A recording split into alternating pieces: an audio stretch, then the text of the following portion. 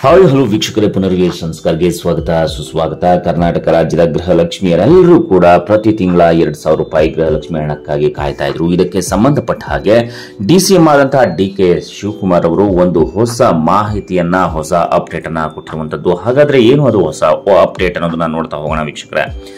ಕಾಂಗ್ರೆಸ್ ಜನಾಂದೋಲನ ಸಭೆಯಲ್ಲಿ ಮಹಿಳೆಯರಿಗೆ ಗೃಹಲಕ್ಷ್ಮಿ ಯೋಜನೆಯ 2,000 ರೂಪಾಯಿ ಹಣ ಬರ್ತಿದೆಯಾ ಅಂತ ಹೇಳಿ ಡಿಸಿಎಂ ಆದಂತಹ ಡಿ.ಕೆ. ಶಿವಕುಮಾರ್ ಅವರು ಕೇಳಿದ್ರು.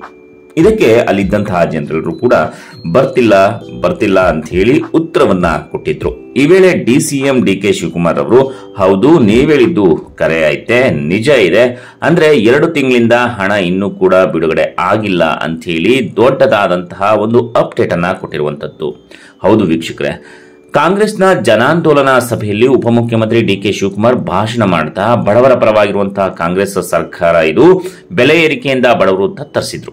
ಈ ವೇಳೆ ನಾವು ಕೊಟ್ಟಂತಹ 5 ಗ್ಯಾರಂಟಿ ಯೋಜನೆಗಳ ಮುಖಾಂತರ ಎಷ್ಟೋ ಜನರಿಗೆ ಸಹಾಯ ಆಗಿದೆ. ಇದು ನಮ್ಮದು ನುಡಿದಂತೆ ನಡೆದ ಸರ್ಕಾರ ಅಂತ ಹೇಳಿ ತಿಳಿಸಿದ್ರು. ಗೃಹಲಕ್ಷ್ಮಿ ಯೋಜನೆ 2,000 ಬರ್ತಿದೆಯೋ ಇಲ್ವೋ ಅಂತ ಪ್ರಶ್ನೆ ಮಾಡಿದ್ರು. ಆಗ ವೇದಿಕೆ ಮುಂಭಾಗ ನೆರೆದಿದ್ದಂತಹ ಮಹಿಳೆಯರೆಲ್ಲರೂ ಕೂಡ ನಮಗೆ ಬರ್ತಾ ಇಲ್ಲ ಅಂತ ಹೇಳಿ ಕೂಗಿ ಹೇಳಿದ್ರು.